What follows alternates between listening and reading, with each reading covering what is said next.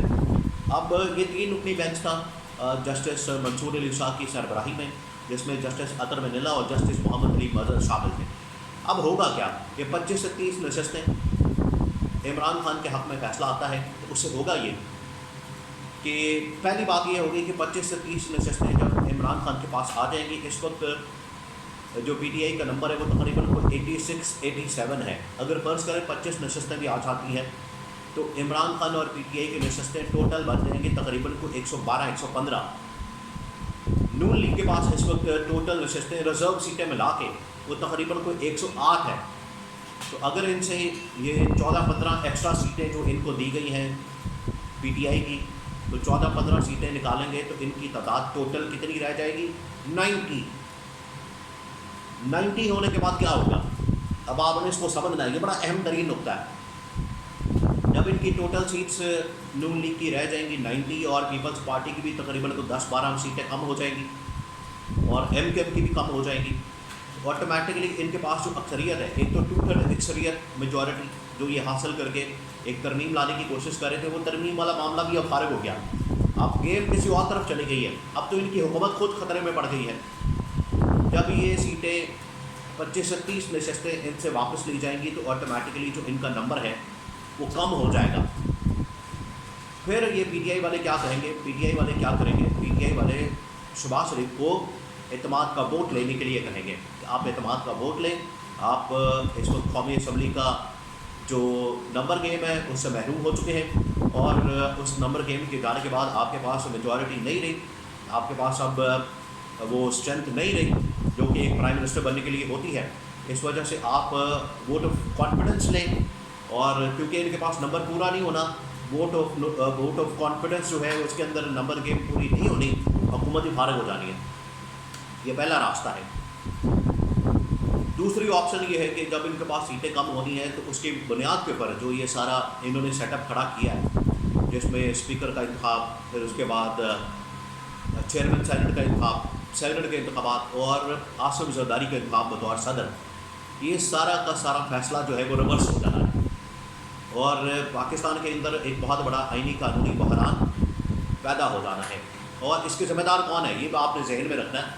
اس کے ذمہ دار یہی لوگ ہیں جو 2 نمبریاں کرتے ہیں، جو جعل سازیاں کرتے ہیں، جنہوں نے انتخابات کے اندر دھاندلی کی، جنہوں نے انتخابات کے اوپر ڈاکہ مارا، انتخابات کے اوپر انہوں نے چوری کی، انتخابات کے اندر انہوں نے لوٹ مار کی، وہ اب ان کے گلے پڑنے جا رہی ہے۔ دیکھیں جھوٹ کے پاؤں نہیں ہوتے، وہ آخرکار کھل جاتا ہے۔ اب یہ جو انہوں نے 2 نمبری کی اور جھوٹ کی بنیاد کے اوپر حکومت قائم کر لی، وہ 2 مہینے نہیں گزرے، وہ کھاتا کھل گیا، وہ کٹا کھل گیا۔ تو نہ صرف یہ میجورٹی جانے کی صورت میں پی ٹی آئی شہباز شریف کو اعتماد کا ووٹ لینے کا کہے گی، اور دوسری جانب عاصم علی زرداری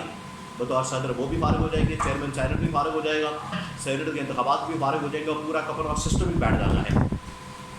یہ ہے اتنا بڑا آئینی قانونی بحران جو کہ اس فیصلے کے نتیجے میں پیدا ہو جانا ہے، اور اس کی براہ راست ذمہ داری، میں پھر کہہ رہا ہوں، اس کی براہ راست ذمہ داری انہی کے اوپر عائد ہوتی ہے، کیونکہ ان لوگوں نے یہ 2 نمبری کی، ان لوگوں نے یہ جعل سازی کی، انہوں نے یہ سارا ڈرامہ کیا، انہوں نے یہ ساری فلم چلائی، ان کی وجہ سے آج پاکستان اس اسٹیج پر کھڑا ہو چکا ہے کہ جب پاکستان میں انویسٹمنٹ کی بات ہو رہی ہے، پاکستان میں سرمایہ کاری کی بات ہو رہی ہے، پاکستان کے اندر پیسے لانے کی بات ہو رہی ہے، تو وہاں پر ایک نیا آئینی قانونی بحران پیدا ہو چکا ہے۔ اور یہ جو اسٹیبلشمنٹ ہے، کیونکہ یہ اسٹیبلشمنٹ کو بھی آنکھیں دکھا رہے تھے، اسٹیبلشمنٹ کو بھی آنکھیں دکھانا ان لوگوں نے شروع کر دی تھی، اب اسٹیبلشمنٹ کے لیے بھی اچھی خبر ہے، کم از کم یہ تھوڑا سا کنٹرول ہو جائیں گے اور اپنی حدود میں واپس آ جائیں گے۔ اور یہ کہ جو انہوں نے ایکسٹینشن کے لیے بھی پوری ایک منصوبہ بندی کر لی تھی، ایکسٹینشن کے لیے پورا ایک راستہ ہموار کر لیا تھا، وہ بھی ایک تو اتنی دیر تک یہ ایکسٹینشن لا نہیں سکتے جتنی دیر تک یہ فیصلہ ہو نہیں جاتا اس کے اوپر، جتنی دیر تک کیس چلتا ہے۔ دوسرا یہ کہ عمران خان کے حق میں یہ فیصلہ آ جانا، پی ٹی آئی کے حق میں فیصلہ آ جانا ہے، تو ایکسٹینشن تو ہو نہیں سکتی، کیونکہ اس کے لیے ترمیم چاہیے، اور ترمیم کے لیے 2/3 میجورٹی چاہیے. تو نہ ان کے پاس 2/3 میجورٹی ہونی ہے. 2/3 میجورٹی کیا، اب ان کی گورنمنٹ ہی خود خطرے میں پڑ گئی ہے. تو عمران خان نے جیل سے اتنا بڑا ان کو سرپرائز دیا، اتنا بڑا عمران خان نے یہ جو پٹیشن کے ذریعے سے ان کو ہلا دیا ہے، پورے پاکستان کے اندر پہنچا لا چکا ہے، اور یہ حکومت اب خطرے سے دوچار ہو چکی ہے. اور فیصلہ آنے کے بعد شہباز شریف کے خلاف ووٹ آف کانفیڈنس کی شکل میں شہباز شریف فارغ، آصف زرداری فارغ، چیئرمین سینٹ فارغ، اور پورا کا پورا ان کا بنایا ہوا جعلی اور 2 نمبر نظام حکومت پورا کا پورا فارغ ہو جانا ہے.